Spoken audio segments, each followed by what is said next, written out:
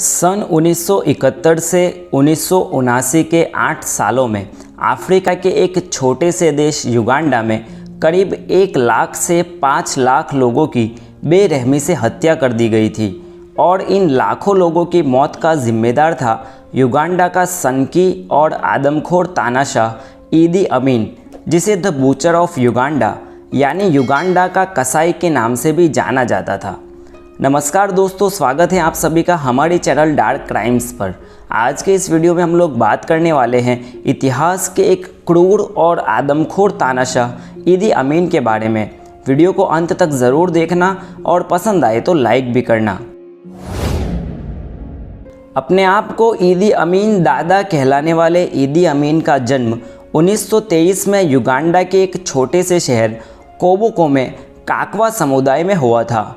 हालांकि ईदी अमीन के जन्म के बारे में एक और थियरी है कि उनका जन्म सन 1925 में या सन 1928 में युगांडा के पाटनगर कंपाला में हुआ था।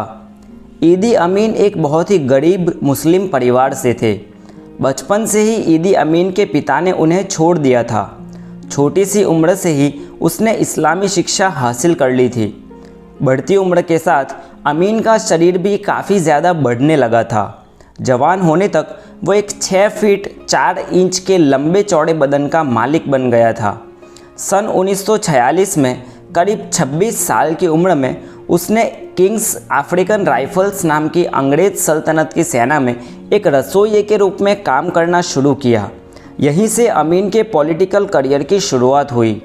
अमीन की कद, काठी और उसकी बड़बड़ता को नोटिस करके ब्रिटिश अफसरों ने अमीन को सेना में एक सैनिक की पोस्ट पर रखा। सेना में काम करते हुए अमीन ने बर्मा, सोमालिया और केन्या के मऊ विद्रोहियों के खिलाफ सख्ती से कार्रवाई की।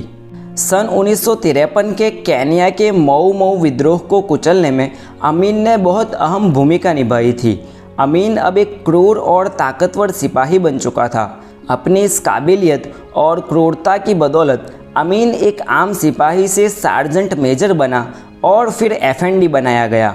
एफएनडी अमीन के लिए सबसे बड़ा पद था, क्योंकि उस वक्त एक ब्लैक अफ्रीकन सिपाही एफएनडी से आगे नहीं जा सकता था। एक कुशल सैनिक होने के साथ साथ अमीन एक अच्छा एथलीट भी था। साल 1951 से 1960 10 साल तक ईदी अमीन युगांडा की लाइट हैवीवेट बॉक्सिंग चैंपियनशिप का विजेता रहा था। 10 साल तक कोई भी उसे हरा नहीं पाया था। शायद यही वजह थी कि ईदी अमीन युगांडा की जनता में कई हद तक लोकप्रिय बना रहा। 9 अक्टूबर 1962 युगांडा को अंग्रेज़ी हुकूमत से आज़ादी मिली। एपोलो मिल्टन ओबोटे, जो कि उस वक्त युगांडा पीपल्स कांग्रेस के चीफ थे, उन्हें एग्जीक्यूटिव प्राइम मिनिस्टर बनाया गया, जबकि एडवर्ड मुतेसा, जो कि युगांडा के राजकीय घराना बुगांडा से थे और जिनके ख़ानदान के नाम से ही युगांडा नाम रखा गया था, उन्हें युगांडा का फर्स्ट प्रेसिडेंट घोषित किया गया। ईदी अमीन और ओबोटे का रिश्ता आज़ादी से पहले से ही अच्छा था। मिल्टन ओबोटे ने ईदी अमीन को युगांडा की मिलिट्री में फर्स्ट लेफ्टिनेंट की पोस्ट पर नियुक्त किया। मिल्टन ओबोटे और ईदी अमीन ने मिलकर भी युगांडा के लोगों पर इतने अत्याचार किए कि ब्रिटिश सरकार ने ईदी अमीन पर मुकदमा चलाने की मांग की, पर इसके बजाय ओबोटे ने अमीन को यूके में ही मिलिट्री ट्रेनिंग के लिए भेज दिया। साल 1964 में यूके से वापस लौटते ही अमीन को मेजर बना दिया गया और उसे सेना में चल रहे विद्रोह को दबाने की जिम्मेदारी सौंपी गई, जिसमें सफल होने के बाद अमीन को मेजर से कर्नल बना दिया गया।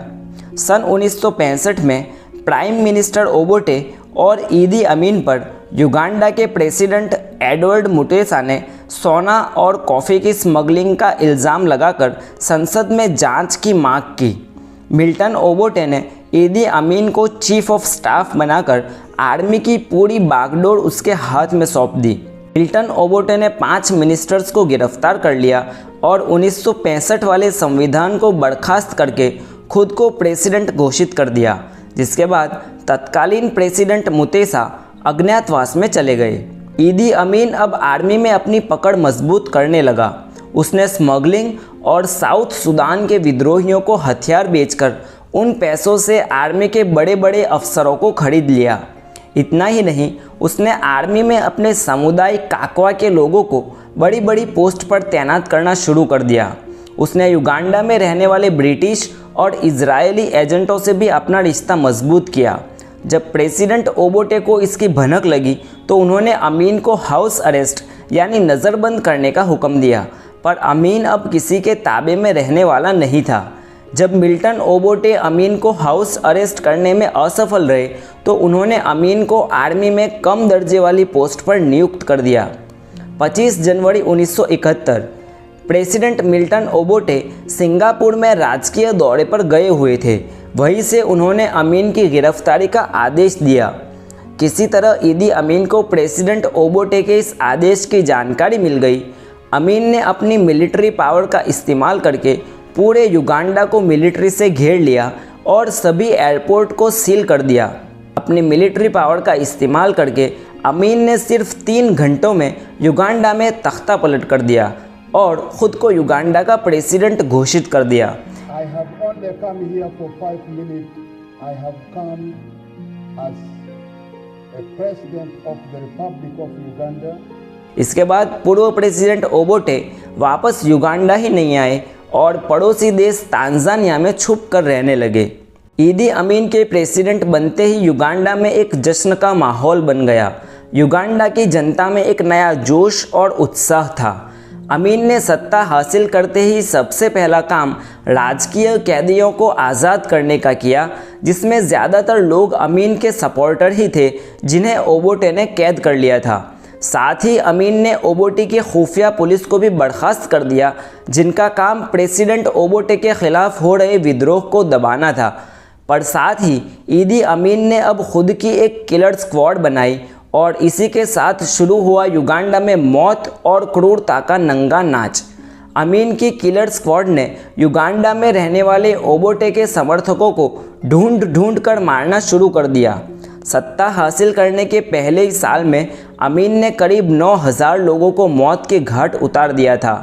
ऐसा कहा जाता है कि सन 1971 से 1979 के 8 सालों में एक दिन भी ऐसा नहीं था जब युगांडा की सड़कों पर खून नहीं बहा हो। अमीन की किलर स्क्वाड, जिसे पब्लिक सेफ्टी यूनिट का नाम दिया गया था, वही कम से कम हज़ारों युगांडा वासियों के अपहरण और मौत की जिम्मेदार थे। सन 1972 में पूर्व प्रेसिडेंट मिल्टन ओबोटे, जो कि पड़ोसी देश तांजानिया में शरण ले रहे थे, उन्होंने आर्मी के कुछ बटालियन को भरोसे में लेकर फिर से सत्ता हासिल करने की कोशिश की। हालांकि ओबोटे इस मिलिट्री coup में कामयाब तो नहीं हो सके, पर अमीन पर इस घटना का गहरा असर हुआ। ओबोटे को इस मिलिट्री coup में अचोली और लांगो समुदाय के सैनिकों ने मदद की थी। अमीन ने इस नाकाम मिलिट्री coup के बाद तांजानिया के कई गांवों में भारी बमबारी की। इतना ही नहीं, युगांडा की आर्मी में जितने भी अचोली और लांगो समुदाय के ऑफिसर थे, सभी को मार दिया। अचोली और लांगो समुदाय से शुरू हुआ ये अत्याचार धीरे धीरे बाकी की आर्मी और युगांडा की आम जनता तक फैल गया। एक वक्त ऐसा आया जब युगांडा की आर्मी में युगांडा के सिर्फ 25% सैनिक ही बचे थे। बाकी के सैनिक दूसरे देश से आयात किए गए थे। अमीन अब दिन ब दिन क्रूर और सनकी बनता जा रहा था। कंपाला की एक होटल, नाइस मैंशन होटल को उसने अपने अत्याचारों का अड्डा बना दिया था। युगांडा में कोई भी अमीन के खिलाफ आवाज़ उठाने की हिम्मत नहीं रखता था। जिसने भी कोशिश की उसे बुरी मौत मिली। अमीन ने युगांडा के बड़े बड़े अफसर, जिनमें युगांडा के चीफ पादरी, बैंक ऑफ युगांडा के गवर्नर और कई बड़े बड़े अधिकारी शामिल थे। अमीन को हर वक्त ये डर लगता था कि कोई उसका खून कर देगा। इस डर से वो बार बार अपना ठिकाना बदलता रहता था। अमीन युगांडा में जुल्म पर जुल्म किए जा रहा था, पर इनके खिलाफ ना तो देश में कोई बोल सकता था और ना ही इंटरनेशनल मीडिया के पास इन सब की कोई जानकारी थी। इसका एक बहुत बड़ा कारण अमीन की लीबिया के तानाशाह मुअम्मर गद्दाफी के साथ दोस्ती भी थी। ईदी अमीन एक क्रूर शासक होने के साथ साथ अय्याश और लौंडियाबाज भी था। उसे जवान औरतों का बहुत शौक़ था। उसे जो भी लड़कियां पसंद आ जाती उन्हें वो अपने पास रख लेता और उनका हर तरीके से शोषण करता।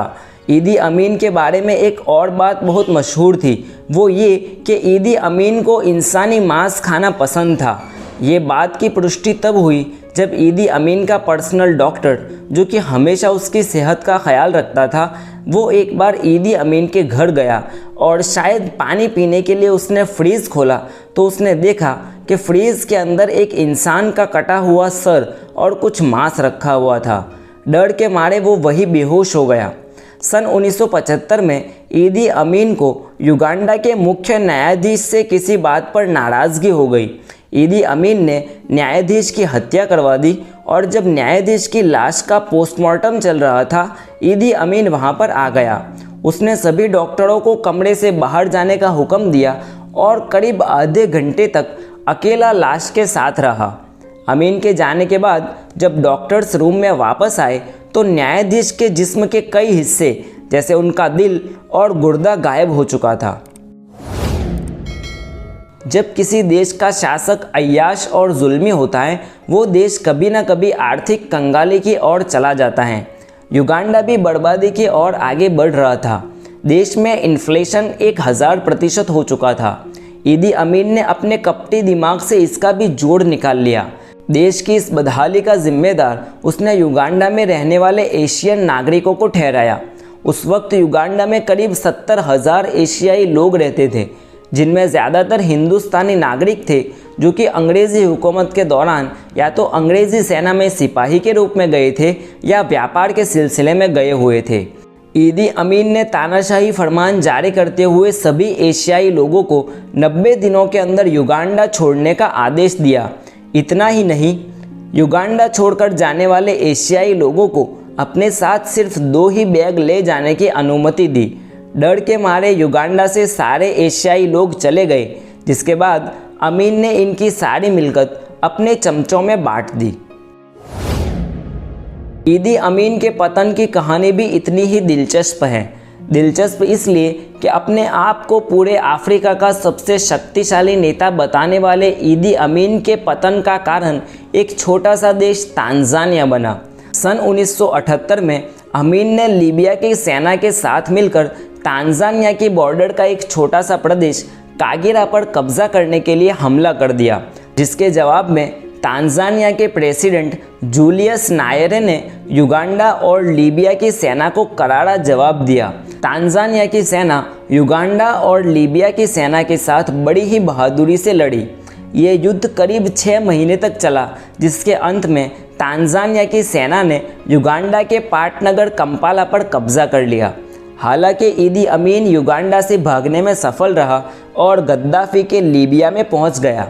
वहां करीब 10 साल तक वो छिपकर रहा, जिसके बाद वो हमेशा के लिए सऊदी अरब के जिद्दा में चला गया। जिद्दा में उसने अपनी बाकी की ज़िंदगी गुमशुदगी में गुजारी।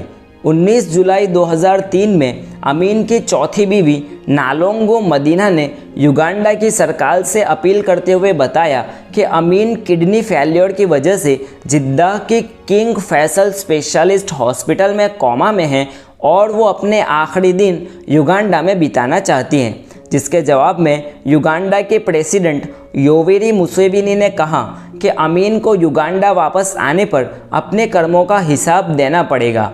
16 अगस्त 2003 को आखिरकार उसी हॉस्पिटल में ईदी अमीन की मौत हो गई।